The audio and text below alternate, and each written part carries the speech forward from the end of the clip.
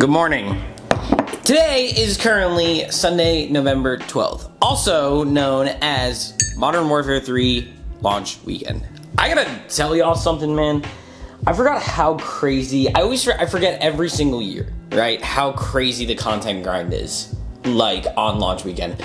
I have streamed probably more this weekend than I have in the last, like, 2 weeks. Like, all the hours that I've wanted to do in the past 2 weeks, I think I've actually made up this weekend, which is absolutely nuts. But that's not the topic of discussion today. The topic of discussion today is Modern Warfare 3. I know I said I was going to try to keep the video game talk to a minimum, but I feel like because of the weekend that it is, that this is warranted. So, bite me. I don't know. But today is Sunday. This is another episode of Sunday Coffee. We have a great roast from, it's just Starbucks Pike Place. It's good. It was like kind of like, it was like the first thing I pulled out this morning, and I was like, yeah, sure, whatever. And it's pretty good, so delicious. Anyway, so now that the game is out, right? The game's been out for 2 days now.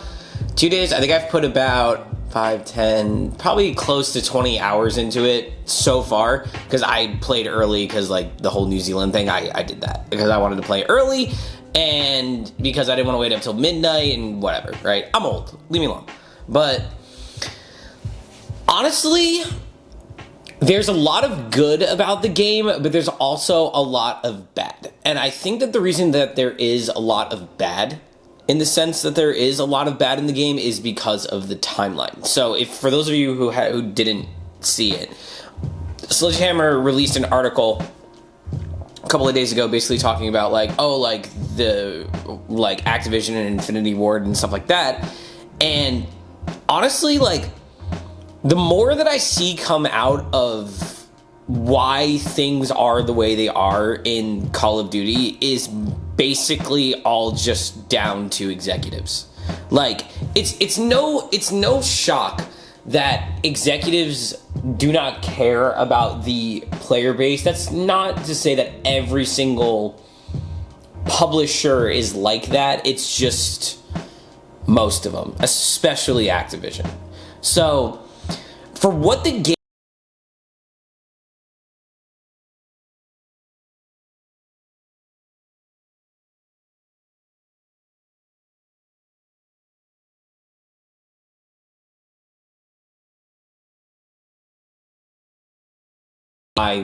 oh, well, you know, they're devs, like, they have not, dude. Like, it doesn't work like that. Like, making video games, especially on the level of Call of Duty, and especially that all the things that the community wants, is really freaking hard, to be honest. And the point of what I'm trying to say is that I just don't think that we're ever gonna have a fully packed Call of Duty like we did in the old games ever again. That being said, it is no surprise that Modern Warfare 3 is a ginormous DLC. It is a massive DLC. We have 16 maps that we've already played, right? There is no new map, which is probably the biggest L for me, is that they did not release it with at least 1 to 2 new maps. That's how you know that the crunch time for Sledgehammer was bad, right? Like, okay, yeah, we're getting 3 maps in Season 1 and stuff like that, but also, like, there's not a whole ton of guns, and I think the biggest problem I have with the actual game itself is that I don't think that the MW2 guns should have been released on launch. That is, like, my biggest problem, is that, like, people are just not playing with the new guns because I just don't think they really care. And also, like, a majority of them are pretty lackluster, and to my surprise, they actually GA'd all of the MW2 guns for MW3 for CDL, which I was very surprised about, because I thought a lot of the SMGs are kind of lackluster, but I'm not a pro player, what do I know? But I think that the biggest problem with this game was them releasing the MW2 guns into the game at launch. Season 1 would have been better because it would have given us, like, the game would have felt more fresh, in my opinion. the game doesn't feel fresh because 90, like I'd say probably like, not 90, I'd say probably about like 70 to 80% of the weaponry in the new game is from the old one. So it's just it's a DLC. It's a ginormous DLC. But on the other hand, the good things, the movement in my opinion is very, very good. In my opinion, I think the tax stance thing was a little weird to get used to, but after I got used to it, like, it's pretty fun. That was a big thing that they were doing that I didn't really think was going to be good, and it's cool. Like, when I mean tax stance, I mean like tax stance when you slide. Like, doing it regularly, I would never do that. I'm never gonna use that. In Warzone, I'm never gonna use it. Like, I'll probably never use it. Unless, like, there's some broken ass attachment, which I'm sure there's going to be, but like, I probably will never use it. But that was a mechanic that I didn't think was gonna do very well, and I don't mind it. I think it's kinda cool. It's kinda cool. The tax sprint glitch, if it is a glitch, and I don't necessarily know if that's a glitch or not, is kind of a problem. It is kind of a problem. The biggest problem that I have with the tax stand, or with the tax sprint thing, is that it's really hard to reset your tax sprint. They can make it harder to reset your tax sprint, but like, if you can't reset your tax sprint at all, that is a very, very, very, very, very bad idea, in my opinion.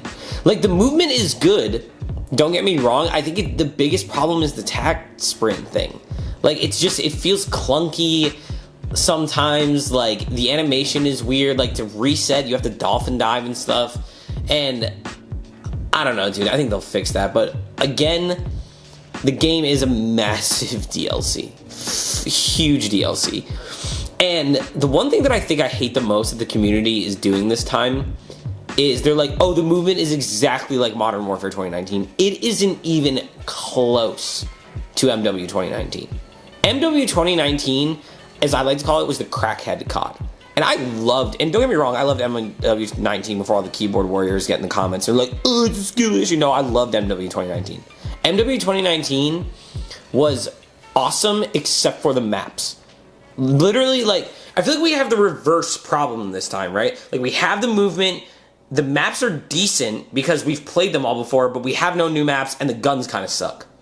I feel like it's like we flip-flop through all these CODs all the time, right? We literally flip-flop through them all the time, and it's so weird, because like, it's like one thing does well, and then it doesn't do well in the next game. Like, it's so weird. Call of Duty is an enigma in gaming. It's just like, it's either, dude, it's so hard to explain. I might do like a full comprehensive video of me just explaining Call of Duty and just, oh my god. But I think the way that Modern Warfare 3 is right now, I give it a 7.8 out of 10. I gave Modern Warfare 2 a 5 out of 10. This is a step up. Don't get me wrong, the thing that is going to matter the most in Modern Warfare 3 is the post-launch content.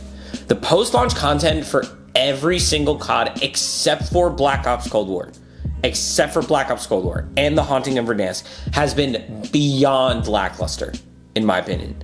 It's been so lackluster. It's like, you get like 2 guns, black cell, skins, battle pass, and it's all been lackluster, right?